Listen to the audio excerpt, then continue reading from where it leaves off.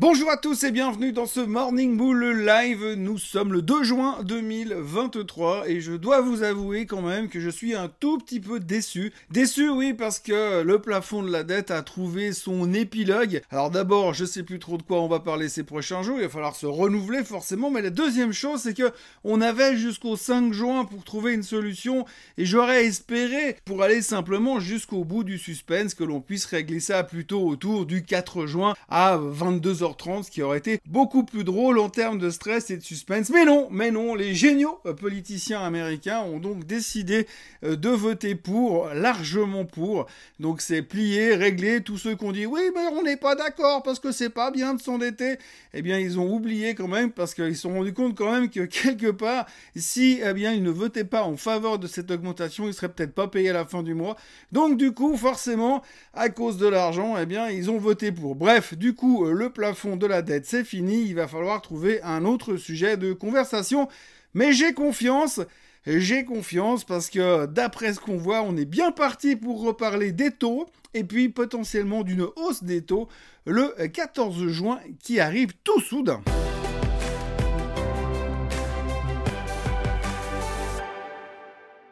Alors avant toute chose, dernier détour sur le plafond de la dette, le Sénat a donc accepté ce projet de loi et normalement dans la journée, Monsieur Joe Biden devrait entrer dans l'histoire et entériner cette nouvelle loi en signant cet acte et en laissant finalement libre cours à l'endettement américain jusqu'à janvier 2025 où le nouveau président prendra ses fonctions et qui va devoir excusez-moi du terme, se démerder avec un endettement qui sera probablement largement en dessus des 35 000 milliards de dettes aux États-Unis. Mais c'est pas grave parce que ça reste une dette de qualité où tout le monde va s'empresser d'aller leur prêter de l'argent pour que ça continue à faire joujou avec tout ça et puis qu'ils puissent continuer à acheter des avions et puis à les redistribuer ailleurs pour ceux qui en auraient éventuellement besoin peut-être. Donc le plafond de la dette, c'est fini. De quoi va-t-on parler? Comme je vous le disais tout à l'heure, eh bien on va parler de la hausse des taux. Oui, je sais, c'est pas très original, hein, j'aimerais bien vous parler d'autre chose, mais là, le soufflet de l'intelligence artificielle est retombé, on s'intéresse un tout petit peu moins depuis 48 heures,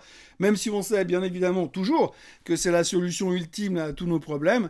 Hier, le marché a terminé en hausse, a rebondi à cause du plafond de la dette, mais néanmoins, on a quand même vu au milieu des chiffres économiques, les jobless claims entre autres, que finalement, le monde de l'emploi aux États-Unis, ça cartonne. On l'avait vu la veille avec les jobs, mais on l'a vu aussi avec les jobless claims. Donc, du coup, comme nous sommes des visionnaires, eh bien, on s'est dit logiquement que cet après-midi, lors de la publication des chiffres des non-farm payrolls, eh bien, ça va être un carton de nouveau, ce qui va nous montrer que l'économie américaine est résiliente, que finalement l'emploi va bien, que les gens ont tous du travail, enfin presque tous, et que finalement, eh bien, c'est pas comme ça que l'inflation va se dégonfler. Alors aujourd'hui, on attend 180 000 nouvelles créations d'emplois au niveau des non-farm payrolls, on verra, mais si c'est en dessus de 180 000, ou pire, en dessus des 200 000, évidemment, tout le monde va commencer à se dire, ouais, alors là, je vois assez mal comment est-ce que M. Powell pourrait ne pas monter les taux le 14 juin. Pour l'instant, au dernier sondage, on s'attend à 75% de probabilité de hausse des taux. Ça augmente toujours. Hein. Hier matin, c'est 72. Là, on est à 75. Si cet après-midi, le chiffre sort en dessus de 200 000, autant vous dire qu'on va monter à 97,3% de probabilité de hausse des taux. Donc, c'est le suspense là aussi qui devient insoutenable. Et il y aura encore un dernier chiffre qui devrait confirmer ou infirmer cette éventuelle hausse des taux pour le mois de juin. C'est le CPI qui, lui, sortira le 13 juin, le matin du premier jour du FOMC meeting. Et à partir de là, on y verra plus clair, on saura ce qui va se passer le 14 juin. Donc autant vous dire qu'on a passé pratiquement tout le mois de mai à attendre qu'il se passe quelque chose au niveau du plafond de la dette. Là, on est le 2 juin, c'est plié. Maintenant, on va passer la moitié du mois de juin à attendre le CPI pour savoir si vraiment ils vont monter les taux ou pas. Et d'ici là, bien sûr que le gouvernement américain va emprunter du pognon sur le marché obligataire, donc ça on en reparlera certainement la semaine prochaine. On était inquiet à cause de ces 1000 milliards d'emprunts qui devraient arriver, mais visiblement on est tellement content de par cette nouvelle signature que finalement ça a l'air de bien se passer, mais on en reparlera quand même probablement la semaine prochaine. Et pour le reste, eh bien c'est Waterloo morne pleine et il ne se passe pas grand chose, il y a très peu de news, tout le monde est en train d'analyser ce qui s'est passé. Les futurs sont légèrement en hausse ce matin, le S&P 500 est au-dessus des 4200 et donc il n'y a pas grand chose à dire si ce n'est qu'on va se faire un vendredi tranquille au soleil en attendant de voir ce qui va se passer et ce qui va sortir à 14h30 sur les chiffres de l'emploi. Autrement, la grande nouvelle de la journée, c'est bien sûr que monsieur Elon Musk est donc à nouveau l'homme le plus riche du monde, oui, puisque Tesla monte à cause de l'intelligence artificielle, et puis que de l'autre côté, LVMH baisse à cause des Chinois qui veulent pas dépenser d'argent. Donc ça, c'est la grosse nouvelle du jour. Le reste, eh bien, il n'y a pas grand-chose d'autre à ajouter, si ce n'est que monsieur Biden s'est encore pété la figure lors de la graduation de l'Air Force hier aux États-Unis. Juste avant de signer sa loi pour le plafond de la dette, eh bien, encore une fois, il s'est cassé la figure. C'est du grand standard et du grand Joe Biden. Voilà, donc petite journée en ce vendredi. On fera le point sur le Swiss Bliss plus tard. Ce sera la grande question de la semaine. De quoi va-t-on parler? J'ai ma petite idée, mais enfin on verra ça plus tard. Il y a autre chose que je voudrais aborder comme sujet ce matin, c'est le sujet du Swissquote Trading Day.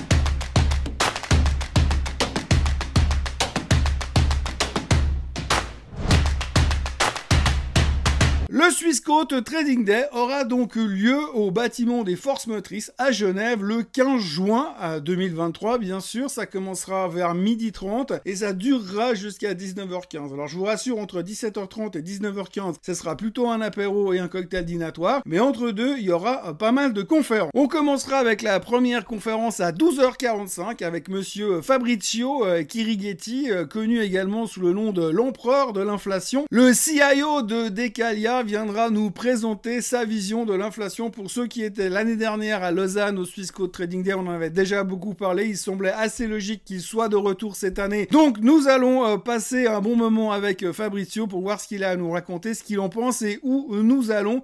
Fabrizio qui est également un spécialiste de la gestion obligataire, donc on va certainement revenir également sur le sujet du Crédit Suisse, surtout au niveau des questions à la fin de sa présentation. La deuxième conférence qui aura lieu à 13h30, ce sera monsieur Grégory Raymond. Alors Grégory Raymond, c'est un des fondateurs du média crypto qui s'appelle The Whale. C'est un média français qui est très au fait de ce qui se passe dans le monde des crypto-monnaies et il me paraissait intéressant de le faire venir sur le plateau, sur scène, le 15 juin afin qu'il fasse un point sur la situation du monde des cryptos, surtout avec ce qui s'est passé cette année. On a un Bitcoin qui oscille et qui hésite à aller chercher ses 30 000. On a eu l'affaire FTX, donc on aura l'occasion de décrypter un peu tout ça puisque la folie que nous avons vécue ces dernières années est un peu retombée dans le monde des cryptos.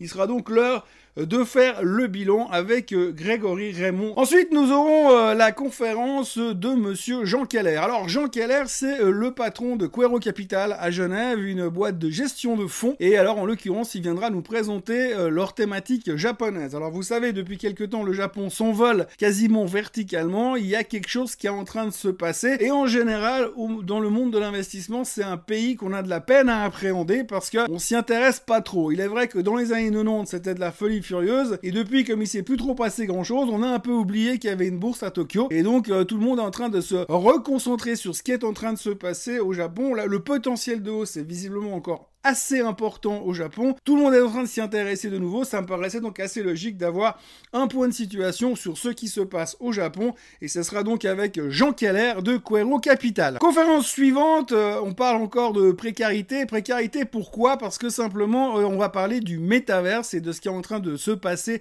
là-dedans. Alors, il y a une année en arrière, on ne parlait que de ça. C'était la nouvelle technologie. C'était presque aussi bien que l'intelligence artificielle. Tout le monde ne voyait que ça, ne pensait qu'à ça, ne parlait qu'à ça. D'ailleurs, monsieur Mark Zuckerberg a même changé le nom de Facebook pour l'appeler Meta, pour partir dans cette direction-là, dans le métaverse.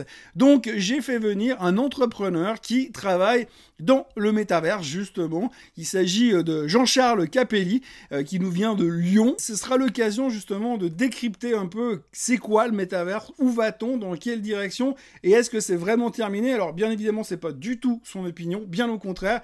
Lui, il pense on se rend pas compte du potentiel. exponentielle. Et ça sera vraiment très très intéressant d'aller fouiller un peu plus loin dans cette nouvelle technologie ou dans ce nouveau milieu, ce nouveau monde d'Internet qu'on a tendance à vouloir mettre de côté parce qu'on pense que c'est terminé, mais c'est pas évident que ça soit le cas. Et puis, comme on ne peut pas faire d'investissement aujourd'hui sans faire de l'investissement responsable, nous aurons également une conférence sur l'économie circulaire. Nous aurons Jonathan Grass qui vient de Decaia, comme Fabrizio Chirigati pour l'inflation, et qui va nous parler de son fonds d'investissement, mais surtout de sa thématique d'investissement, qui est donc l'investissement circulaire, ou comment réutiliser ce qui a déjà été utilisé et comment surtout investir dans cette thématique. C'est un nouveau secteur de l'investissement qui n'est pas très très connu à l'heure actuelle et qui est en phase de développement, et ça paraissait assez logique pour ne pas parler systématiquement de ESG classique que tout le monde connaît et qui a à peu près 143 000 fonds qui existent dans le monde sur le sujet. Eh bien, on va parler cette fois d'économie circulaire, et ce sera avec Jonathan Grass de chez Decaia. La dernière fois qu'on a fait le Swissquote Trading Day en 2022, eh bien, on m'a donné l'honneur d'ouvrir les feux, et cette fois, je clôturerai la séance. Alors, je vous présenterai un espèce de morning bull live en live et en couleur. On fera le point sur les marchés. On aura l'occasion de discuter, de répondre aux questions. Mais quoi qu'il en soit, eh bien, on aura durant toute la journée, toute cet après-midi ensemble, on aura pas mal de monde. Je serai là, bien sûr, sur la scène toute la journée, toute l'après-midi pour accompagner nos invités et pour faire le point sur ces thématiques d'investissement qui semblent plutôt à la mode aujourd'hui en ce qui me concerne. Donc déjà, il faut bien savoir et se souvenir que le Trading Day, c'est gratuit. Vous pouvez vous inscrire gratuitement, vous pouvez venir gratuitement. Pour une fois, aujourd'hui, dans une période d'inflation comme ça, on vous demande rien. Vous pouvez venir y assister. Les places sont limitées, donc n'hésitez pas à vous inscrire. Le lien d'inscription est sous cette vidéo. Et pour ceux qui ne peuvent pas venir, bien sûr, la conférence sera retransmise en streaming sur YouTube. Mais ça me ferait très très plaisir de pouvoir vous rencontrer en chair et en os le 15 juin 2023. Ça me donnera au moins l'impression de vous voir pour de vrai, puisque jusqu'à maintenant je ne fais que vous voir de l'autre côté de l'objectif de ma caméra. Voilà ce que l'on pouvait dire aujourd'hui. Donc n'oubliez pas de vous abonner à la chaîne Swissquote en français, de liker cette vidéo et n'oubliez pas de vous inscrire au Swissquote Trading Day pour le 15 juin 2023. D'ici là, passez une excellente journée et un très très bon week-end. En ce qui me concerne, je vous retrouve lundi matin pour un nouveau Morning Bull Live. Très bonne journée à tous. Bye bye.